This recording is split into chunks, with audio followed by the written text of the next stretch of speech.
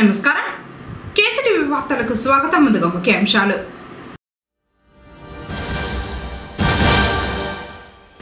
ముగిలి ఘాట్ రోడ్లో ఘోర రోడ్డు ప్రమాదం, 8 మంది మృతి.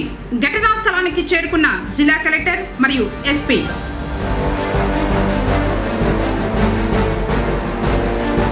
తేరు వీధిలోని వినాయక మండపం వద్ద నిర్వహించిన అన్నదాన కార్యక్రమం.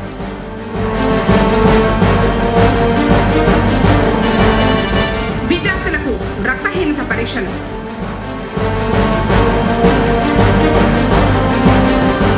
ఆర్టీసీ సమస్యల పరిష్కారం కోసం డయల్ యువర్ డిఎం. వార్తలోని వివరాలు. పొంగనూరు పట్టణం తేరు వీధిలోని వినాయక మండపం వద్ద శుక్రవారం పెద్ద ఎత్తున అన్నదాన కార్యక్రమం నిర్వహించారు. మొదట ఆదిదేవుడైన విఘ్నేశ్వరునికి పూజలు నిర్వహించిన తర్వాత అన్నదాన కార్యక్రమాన్ని ప్రారంభించారు. గత 40 సంవత్సరాలుగా శ్రీ వివేకానంద సేవా సంఘం ఆధ్వర్యంలో చవితి వేడుకలు నిర్వహిస్తూ వస్తున్నట్లు నిర్వాహకులు తెలిపారు. ఆదివారం 15న స్వామివారి లడ్డు వేలం నిమజ్జన కార్యక్రమం ఉంటుందని తెలిపారు.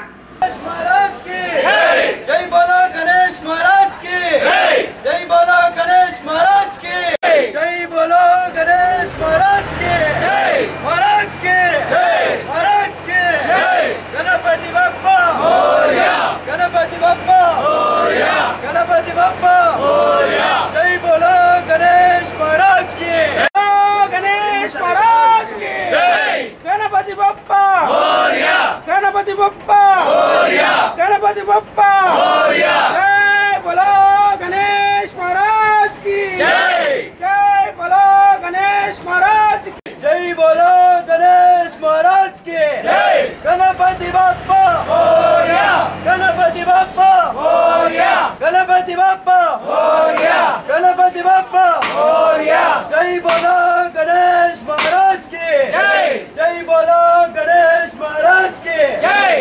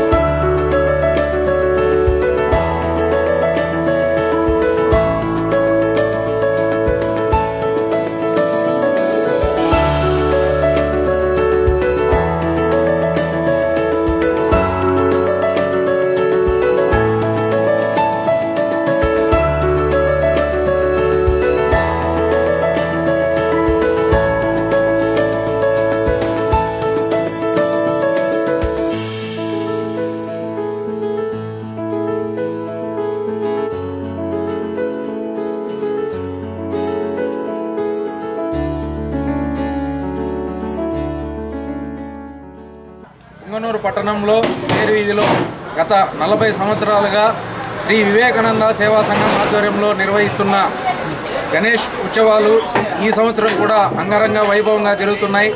అందులో భాగంగానే ఈరోజు మన పెద్దలైన గోవింద స్వామి మరియు పతిర్ణ ఆధ్వర్యంలో అన్నదాన కార్యక్రమం నిర్వహిస్తున్నాం.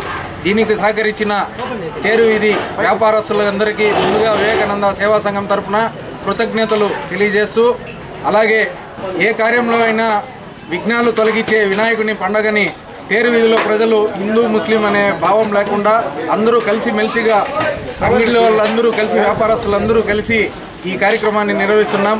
అలాగే రేపలే మన్నాడు అనగా ఆదివారం 9 గంటలకు శ్రీ వినాయక చవితి సందర్భంగా ఏర్పాటు చేసిన లడ్డూ ఏలంపాట నిర్వహిస్తాం. అలాగే 11 గంటలకు స్వామివారు అత్యంత వైభవంగా ఊరేగింపు నిర్వహిస్తున్నారు. కావున ప్రతి ఒక్కరూ ఈ కార్యక్రమంలో పాల్గొని జయప్రదం చేయాల్సిందిగా కోరుచున్నాం. ఈ కార్యక్రమాలన్నీ కేసీటీవీ ద్వారా మేము మీకు తెలియజేస్తున్నాం. చిత్తూరు జిల్లాలో శుక్రవారం మధ్యాహ్నం ఘోర రోడ్డు ప్రమాదం జరిగింది. బంగారుపాలెం మండలం మొగిలి కనుమ రహదారిలో బస్సు 2 లారీలు ఢీకొన్న ఘటనలో 8 మంది ఘటనా స్థలంలోనే మృతి చెందారు. మరో 30 మంది తీవ్రంగా గాయపడ్డారు. చిత్తూరు వైపు నుంచి పలమనేరు వెళ్తున్న ఆర్టీసీ బస్సును పలమనేరు వైపు నుంచి ఐరన్ లోడ్తో వస్తున్న లారీ ఢీకొట్టడంతో ఈ దుర్ఘటన చోటు చేసుకుంది. కనుమ రహదారిలో మితిమీరిన వేగంతో వస్తున్న లారీ అదుపు తప్పి పక్క రోడ్డులో ఎదురుగా వస్తున్న బస్సుపైకి దూసుకువెళ్లింది. ఘటనలో ఆర్టీసీ డ్రైవర్తో పాటు 8 మంది మృత్యువాత పడ్డారు. మరో 30 మంది గాయపడ్డారు. క్షతగాత్రులను పలమనేరు ప్రాంతీయ ఆసుపత్రికి తరలించి చికిత్స అందిస్తున్నారు. వారిలో 5గురి పరిస్థితి విషమంగా ఉండటంతో మెరుగైన వైద్యం కోసం చిత్తూరు ప్రభుత్వ ఆసుపత్రికి తరలించారు. చిత్తూరు జిల్లా కలెక్టర్ సుమిత్ కుమార్, ఎస్పీ సంఘటనా స్థలానికి చేరుకుని సహాయ చర్యలను పర్యవేక్షించారు.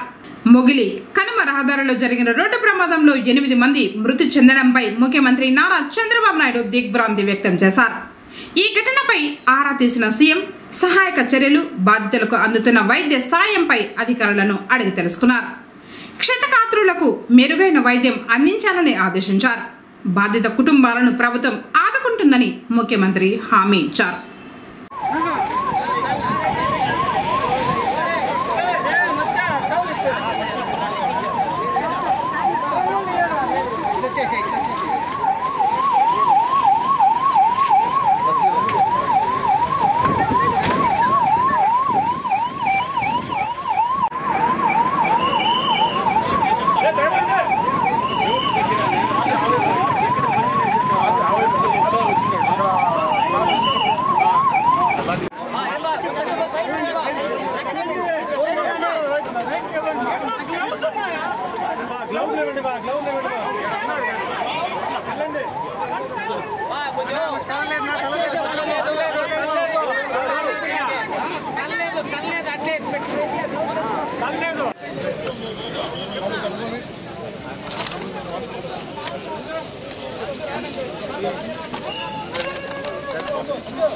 From Chittoor to Bangalore when the bus was going on the opposite side, one lorry was opposite side from Bangalore side.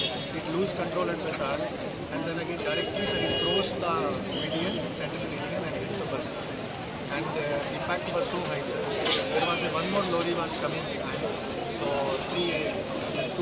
one bus and 2 lorry.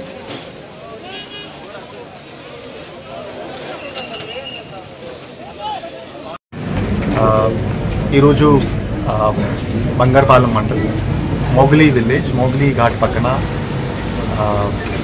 ఒక ఆర్టీసీ బస్ తిరుమల నుంచి బెంగళూరు ఒక యాక్సిడెంట్ జరిగింది. సో ఈ యాక్సిడెంట్లో ఒక బస్, 2 లారీస్, ఒక motor cycle involve అయింది. ఇప్పటి వరకు లేటెస్ట్ ఇన్ఫర్మేషన్ అంటే 33 పేషెంట్స్ మనం హాస్పిటల్స్ షిఫ్ట్ చేసేసాము. ఈ 33 పేషెంట్స్లో 25 పేషెంట్స్ స్టేబుల్గానే ఉన్నారు. ఈ 25 పేషెంట్స్ ఇప్పుడు ఇక్కడ ఏరియా హాస్పిటల్ పల్మనేరులో ట్రీట్మెంట్ చేస్తున్నాము. అందరూ 25 పేషెంట్స్ అవుట్ ఆఫ్ డేంజర్ ఉన్నారు. వాళ్ళ కండిషన్ స్టేబిలైజ్ చేస్తున్నాము. అవసరం ఉంటే హైయర్ సెంటర్స్కి షిఫ్ట్ చేయడం జరుగుతుంది. మిగతా 33లో 25 ఎక్కడ ఉన్నారు, 8 పేషెంట్స్ చిత్తూరు డిస్ట్రిక్ట్ హాస్పిటల్లో షిఫ్ట్ చేశాము. అక్కడ ట్రీట్మెంట్ చేయడం జరుగుతుంది. 7 మరణం ఇప్పటి వరకు కన్ఫర్మ్ చేశాము. ఈ 7 డెడ్ బాడీస్ చిత్తూరు డిస్ట్రిక్ట్ హాస్పిటల్కి పంపడం జరిగింది. ఇంకా సైట్ క్లియర్ చేస్తున్నాము. సో ఇది ఇప్పుడు వరకు లేటెస్ట్ ఇన్ఫర్మేషన్. 33 పేషెంట్స్ ట్రీట్మెంట్ చేస్తున్నారు, ట్రీట్మెంట్ జరుగుతుంది. అండ్ 7 పేషెంట్స్ 7 మంది డెత్ అయింది. ఒక బ్లాక్ స్పాట్ బేసిక్లీ లాస్ట్ ఒక 6 నెలల్లో కూడా చాలా ఇన్సిడెంట్స్ జరిగినాయి. అండ్ గత నెల నేను ఎస్పీ గారు కూడా డిస్ట్రిక్ట్ రోడ్ సేఫ్టీ మీటింగ్లో కూడా ఈ పాయింట్ చర్చ చేశాము. And project director and national హైవేకి కూడా డైరెక్షన్ ఇవ్వడం జరిగింది. సో ఈ రోడ్ ట్రాన్సాక్షన్ పాయింట్లో కొన్ని కరెక్షన్స్ చేయాలి. టెక్నికల్ డిఫెక్ట్స్ ఉన్నాయి. ఆ టెక్నికల్ డిఫెక్ట్స్ ఇప్పుడు త్వరగా మనం కరెక్ట్ చేస్తాము. ఇమీడియట్గా నెక్స్ట్ 1 వీక్లోనే ఫస్ట్ అక్కడ రంబల్ షిప్స్ కానీ అండ్ మిగతా లైట్స్ కానీ మిగతా అరేంజ్మెంట్ చేయడం జరుగుతుంది. ఇది డేంజరస్. భారత జాతీయోద్యమంలో అఖిల భారతాన్ని జాగృతం చేసి ఏకతాటిపై నడిపేందుకు హిందీ భాష ఆనాడు దోహదపడిందని పలువురు ఉపాధ్యాయులు అన్నారు. పెదపంచాని మండలం శ్రీరామపురం గ్రామంలోని జడ్పీ ఉన్నత పాఠశాలలో జాతీయ హిందీ దినోత్సవాన్ని ముందస్తుగా శుక్రవారం ఘనంగా నిర్వహించారు. ఈ సందర్భంగా హిందీ ప్రాముఖ్యత గురించి ఉపాధ్యాయురాలు వేదవతి విద్యార్థులకు తెలిపారు. తర్వాత వ్యాసరచన, వక్తృత్వ, డ్రాయింగ్, క్విజ్ పోటీలను నిర్వహించగా గెలుపొందిన విద్యార్థులకు బహుమతులు అందజేశారు. కార్యక్రమంలో వెంకటరమణ, శ్రీనివాసన్, బాలసుబ్రహ్మణ్యం, కృష్ణమూర్తి, శంకరెడ్డి, రెడ్డెమ్మ, శ్రీ విద్య తదితరులు పాల్గొన్నారు. రేపు యాక్చువల్గా హిందీ దినోత్సవం కానీ రేపు లీవ్ ఉన్నందువలన ముందుగా మనము ఈరోజు జరుపుకుంటున్నాం హిందీ దినోత్సవాన్ని. ఇకపోతే హిందీ మన జాతీయ భాష. హిందీలో నేను మాట్లాడితే కొంతమందికి అర్థమవుతుంది, కొంతమందికి ఆ మెసేజ్ రీచ్ అవ్వడం లేదు. కాబట్టి తెలుగులో దాని యొక్క ప్రాముఖ్యతను మనం ఈరోజు తెలుసుకున్నాం. ఏ యొక్క ప్రాంతం కానీ, జిల్లా కానీ, లేదు రాష్ట్రం కానీ అభివృద్ధి చెందాలంటే ఖచ్చితంగా ఒక సుస్థిరమైనటువంటి భాష అనేది అవసరం. కాబట్టి ఆ భాషని హిందీ భాషని ఎందుకు ఎన్నుకున్నారు, ఏం దీని ప్రాముఖ్యత అంటే, భారతదేశం అనేది ఎన్నో భాషలు, మతాలు, సంప్రదాయాలు కలగలిసినటువంటి దేశం మన భారతదేశం. అలాంటిది మన స్వతంత్ర పోరాటంలో కానీ కీలకమైనటువంటి పాత్ర వహించిన భాష ఏదిరా అంటే హిందీ భాష. ఎందుకు మరి 14వ తేదీనే జరుపుకుంటున్నారు అంటే 1949వ సంవత్సరము సెప్టెంబర్ 14వ తేదీన దీన్ని ఒక అధికార భాషగా గుర్తించింది. కాబట్టి ఆ రోజును మనం గుర్తు చేసుకుంటూ ప్రతి సంవత్సరము కూడా హిందీ దినోత్సవాన్ని జరుపుకుంటున్నాం. హిందీ కేవలం మన దేశంలోనే కాదు, చాలా దేశాలలో ఇది ఒక ముఖ్యమైన భాషగా కూడా వ్యవహరించబడుతుంది. మరి హిందీ అంటే అర్థం ఏంటి అని అంటే, హిందీ అంటే అదొక పర్షియన్ కానుక అని అర్థం. ఓకేనా? ఇది ఇండియన్ యూరోపియన్ సంస్కృతి నుంచి ఆవిర్భవించినటువంటిది. అలాంటి హిందీ భాషని ఎందుకు చేసినారు మన జాతీయ భాషగా అంటే తీసుకొచ్చారు మహాత్మా గాంధీ. వక్ఫ్ బోర్డు సవరణకు బిల్లుకు వ్యతిరేకంగా పుంగనూరు పట్టణ ఇందిరా సర్కిల్లో యూత్ కాంగ్రెస్ నాయకులు శుక్రవారం నిరసన తెలిపారు. ఈ సందర్భంగా కాంగ్రెస్ పట్టణ యూత్ నాయకుడు అయ్యూబ్ మాట్లాడుతూ, కేంద్ర ప్రభుత్వం వక్ఫ్ బోర్డు ఆస్తుల జోలికి వస్తే చూస్తూ ఊరుకునేది లేదని, కాంగ్రెస్ పార్టీ ఎప్పుడు ఇలాంటి చట్టాలను వ్యతిరేకిస్తుందని అన్నారు. కార్యక్రమంలో రాయల్ అల్తాఫ్, మొబైల్ ఇమ్రాన్, ముబారక్, ఫయాజ్, ఫిరోజ్, సుహేల్, సాదిక్ తదితరులు పాల్గొన్నారు. ఈరోజు పూనూరు కాంగ్రెస్ పార్టీ తరఫున వక్ఫ్ బోర్డు సవరణ బిల్లుపై వ్యతిరేకంగా ప్రెస్ మీడియా ఇవ్వడం జరుగుతుంది.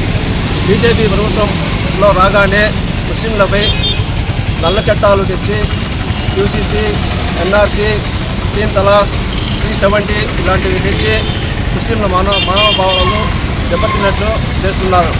అంతేకాదు ఇప్పుడు వక్ఫ్ బోర్డు గురించి మనకు తెలుసు. వక్ఫ్ బోర్డు గురించి సవరణ బిల్లు కేంద్రంలో అమలు చేయడానికి బీజేపీ ప్రభుత్వం ప్రయత్నిస్తుంది.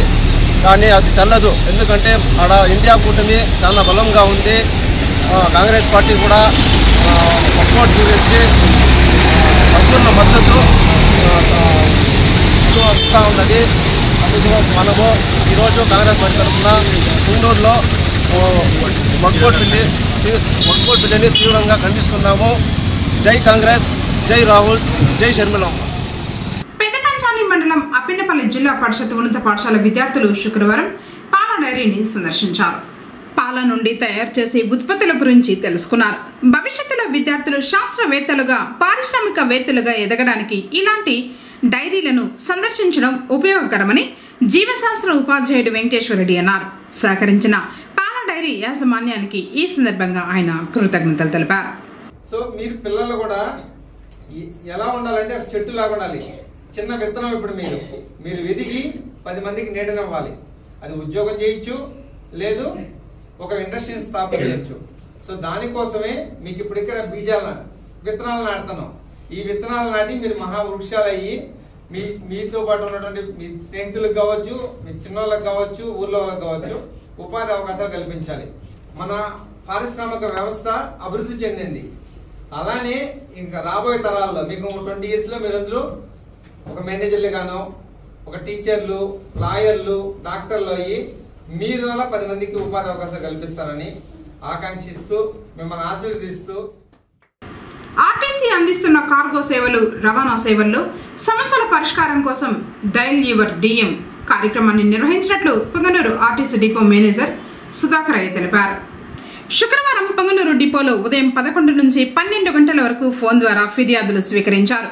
మండలంలోని ఇటికనెల్లూరుకు అదనంగా బస్సు సర్వీసు ఏర్పాటు చేయాలని గ్రామ ప్రజలు తెలిపినట్లు డిఎం పేర్కొన్నారు. గత సంవత్సరం నవంబర్ నుండి ప్రస్తుతం ఆగస్టు నెలకు 19 ఫోన్ల ద్వారా ఫిర్యాదులు అందినట్లు తెలిపారు.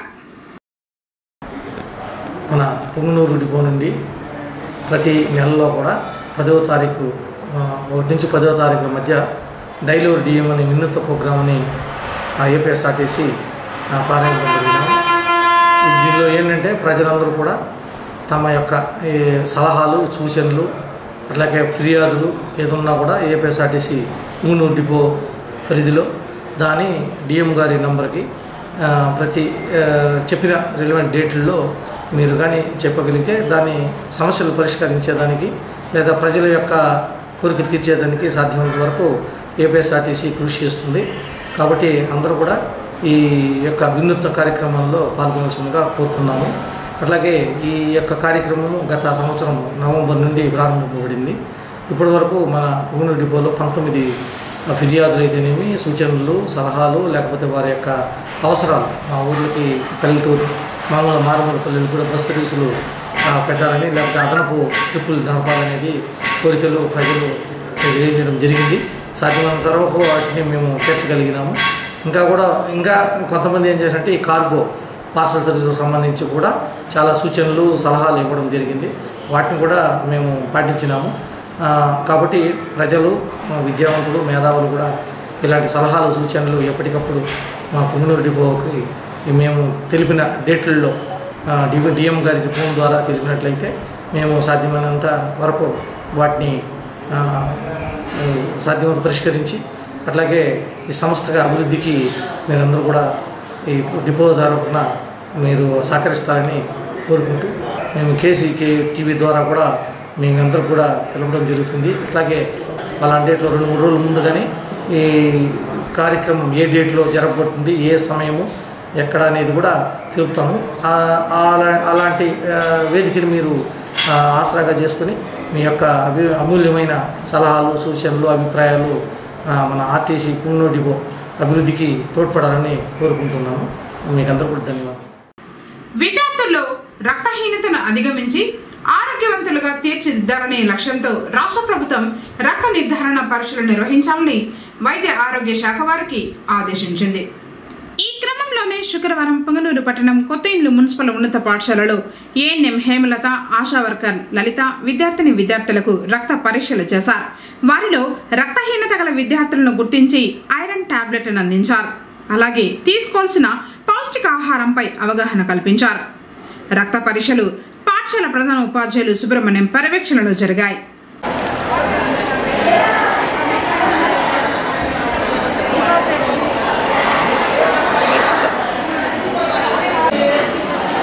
రోజు ఒక మాత్రం నైట్ అన్నం తినేసి వేసుకోవాలి. సరేనా? అది 10 అయిపోయిన తర్వాత మళ్ళీ సార్లు వస్తారు ఆఫీస్లో తీసుకొని రోజు అన్నం తినేసి ఒక ట్యాబ్లెట్ వేసుకోవాలి. ఈ నెలంతా వాడితే మళ్ళీ ఒకసారి టెస్ట్ చేస్తాం. మీ ఇంట్లో ఏదో తెలుస్తుంది. గత 2 రోజుల నుంచి కొత్తిల్లు మున్సిపల్ హై స్కూల్లో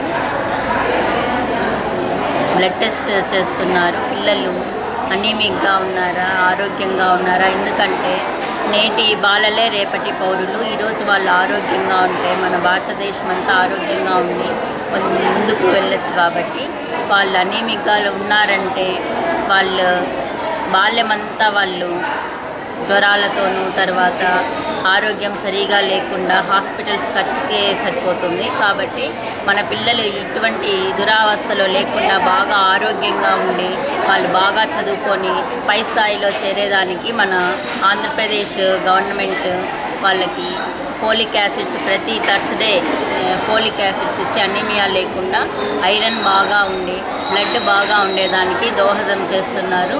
అందులో భాగంగానే అనీమియా అబ్బాయిలు కానీ అమ్మాయిలు కానీ గుర్తించడానికి బ్లడ్ టెస్ట్ చేస్తున్నారు. ఎవరైనా అనీమియాతో కానీ లేకపోతే రక్తహీనతతో ఉంటే వాళ్ళని గుర్తించి వాళ్ళకు తగు సూచనలు జాగ్రత్తలు తెలియజేస్తున్నారు. పొంగనూరు ప్రజలు ఆరాధ దైవంగా భావించే శ్రీ విరూపాక్షి మారెమ్మ శుక్రవారం సందర్భంగా రాహుకాల పూజల్ని అందుకుంది. వేకువజాముని అర్చకులు అమ్మవారిని అభిషేకించిన తర్వాత పసుపు కుంకుమ గంధములతో పాటు వివిధ రకాల పుష్పాలతో అలంకరించి విశేష పూజల్ని నిర్వహించగా భక్తులు మారెమ్మను దర్శించుకున్నారు. రాహుకాల సమయంలో మహిళలు భక్తి శ్రద్ధలతో నిమ్మకాయ దీపాలు వెలిగించి తమ మొక్కుల్ని చెల్లించుకున్నారు.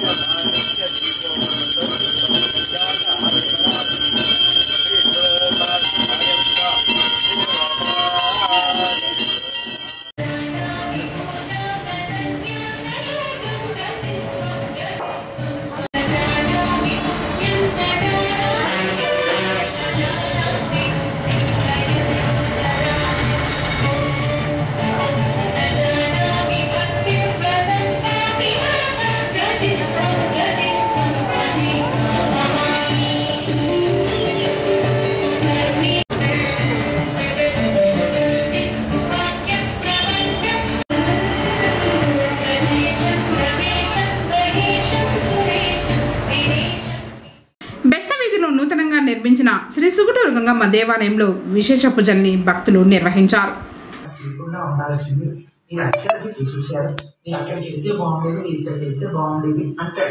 తప్పించి మరణము ఆసన్నం అయిపోతుంది, దానికి ఒక కారణము చూపించాలి కాబట్టి ఒక వ్యాధి కనపడుతుంది.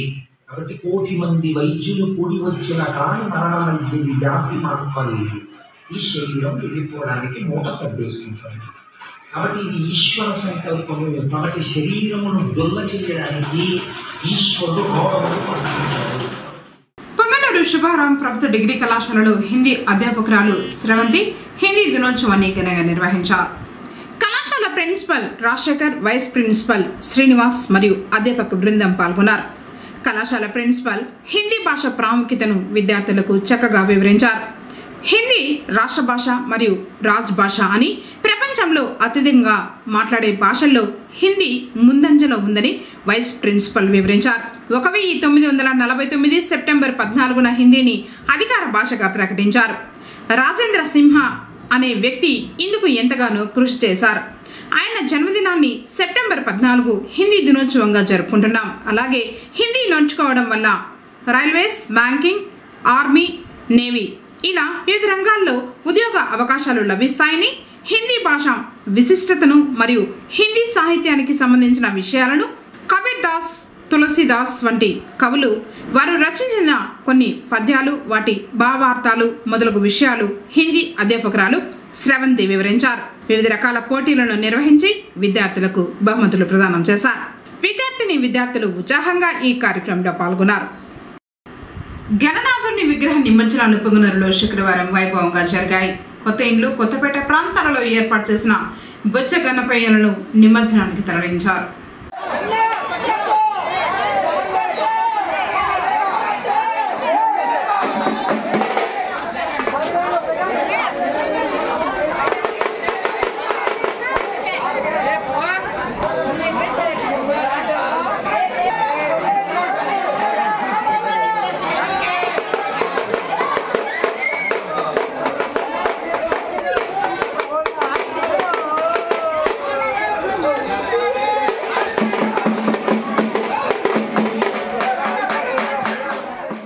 పొంగనూరు పట్టణంలో వినాయక చవితి ఉత్సవాలు వైభవంగా నిర్వహించారు.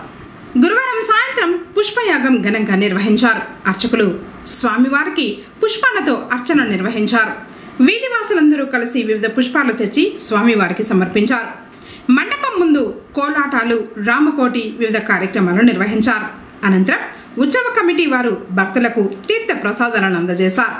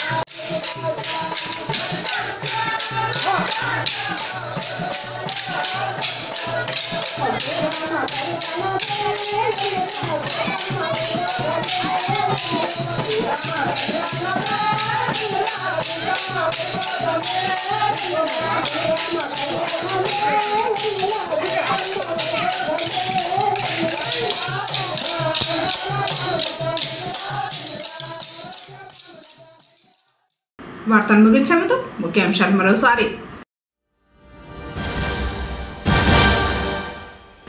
ముగిలి ఘాట్ రోడ్లో ఘోర రోడ్డు ప్రమాదం, 8 మంది మృతి. ఘటనా స్థలానికి చేరుకున్న జిల్లా కలెక్టర్ మరియు ఎస్పీ.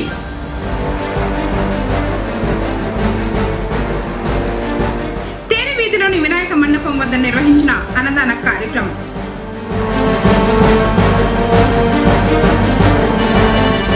విద్యార్థులకు రక్తహీనత పరీక్షలు.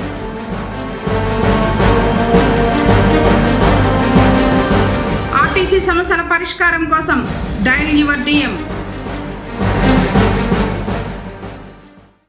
తిరిగి కేసీటీవీ వార్తలతో మళ్ళీ కలుసుకుందాం. అందరికీ నమస్కారం.